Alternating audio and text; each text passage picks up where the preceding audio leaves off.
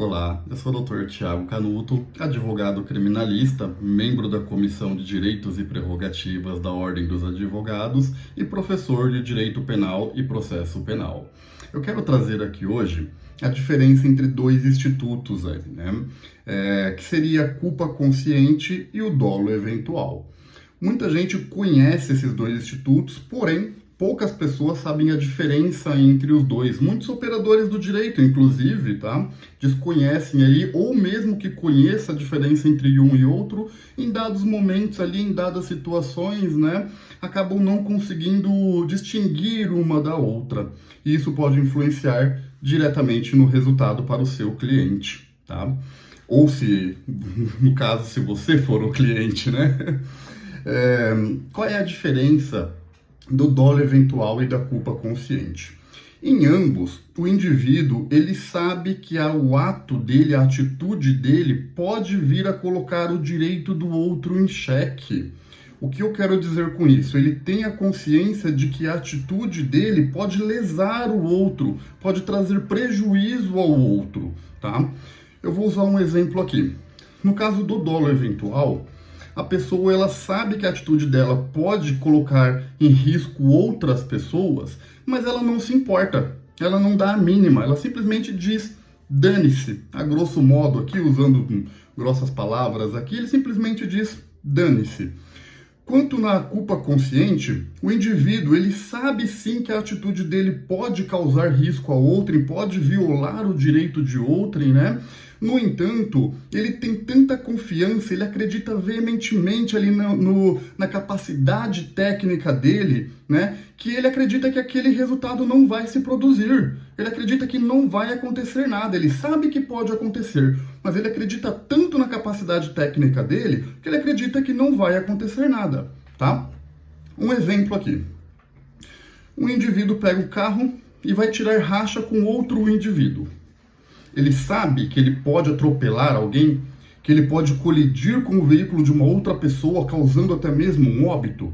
Ele sabe, ele tem essa consciência e ele não se importa. Ele está fazendo aquilo unicamente para satisfazer o seu anseio, sua vontade, para brincar, enfim. Um motivo bem fútil aí, né? E ele não se importa com o risco que ele pode levar a outras pessoas. Nesse caso, nós falamos do dolo eventual. Quanto na culpa consciente, nós temos um indivíduo que ele sabe que ele pode causar risco a outrem, que ele pode violar o direito de outrem, no entanto, ele acredita muito nas capacidades técnicas dele. Por exemplo, você vai em um circo, e lá no circo tem uma atração que é o atirador de facas. Uma pessoa fica lá na frente, parada, de braços abertos, ou com uma maçã na cabeça, e esse atirador de facas começa a lançar facas ao redor do corpo dessa pessoa. Acerta aquela maçã na cabeça da pessoa. Quem está assistindo enxerga isso como um ato criminoso? Claro que não.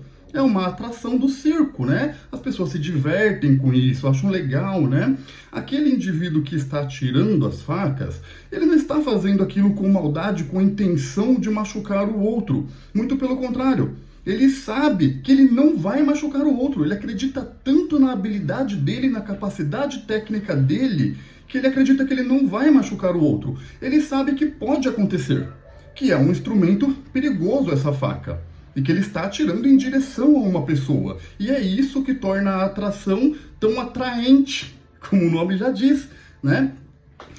Porém, ele faz isso todos os dias, há anos e anos e anos a fio, tá? E nunca aconteceu nada. Porém, nós estamos sujeitos às nuances do dia a dia. Pode ser um dia que ele não esteja bem de saúde, uma dor de cabeça, de repente um reflexo inesperado que bata nos olhos dele e ele erre essa faca e acerte aquele indivíduo e esse indivíduo venha a óbito, tá?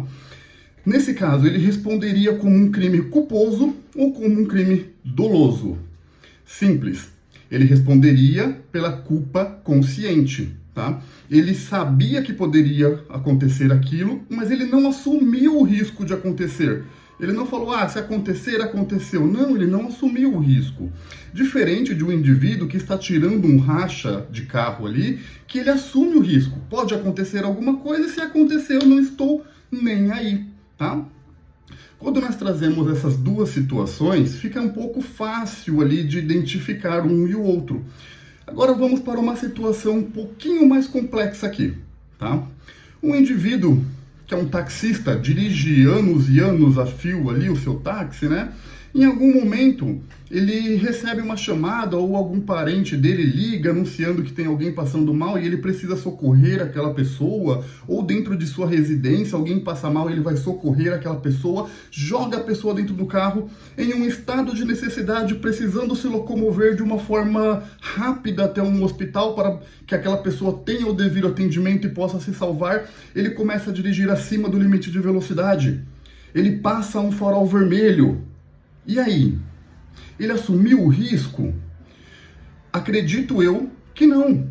Porque ele confia tanto na habilidade dele como motorista, anos e anos dirigindo ali, lidando com as nuances do trânsito, né? Que ele acredita que não vai acontecer nada de pior. Ele acredita que se alguém atravessar na frente dele, ele consiga desviar rapidamente. Se ele passar o farol vermelho, ele acredita que ele vai conseguir desviar de outros veículos devido à capacidade técnica dele adquirida ao longo dos anos, tá ok? Porém, isso não é tão fácil de se identificar, porque tudo isso depende do quê? Da intenção. E aí é onde é mais complicado, tá? Numa situação dessa, quando nós falamos no âmbito profissional, um atirador de facas, um instrutor de armamento e tiro, que de repente ali na instrução acaba alvejando alguém sem querer, você consegue identificar o lado profissional, porque é no exercício da profissão. Agora, e quando é fora do exercício da profissão? No caso do motorista, ele não está numa corrida profissional, ele está atendendo uma situação pontual ali, pessoal, né? É tão fácil de se identificar? É claro que não, tá? E, Thiago, como que isso vai influenciar ali no dia a dia? Tá? Como que isso vai influenciar no processo? Um vai responder por crime doloso, outro por crime culposo, mas principalmente, onde isso vai influenciar? Tá? Isso vai influenciar na dosimetria da pena, no cálculo da pena, nas agravantes, nas minorantes, tá? Ou seja, isso pode implicar diretamente, tá, no tempo em que a pessoa irá cumprir e como ela irá cumprir, tá ok? Espero ter sido um pouco claro aí, tentei trazer de uma forma bem simplificada aqui, é um tema que a gente poderia levar aí por mais de horas aí, tá? Mas espero ter conseguido trazer uma breve noção, uma ideia bem simplificada do tema aqui, tá ok? Um abraço!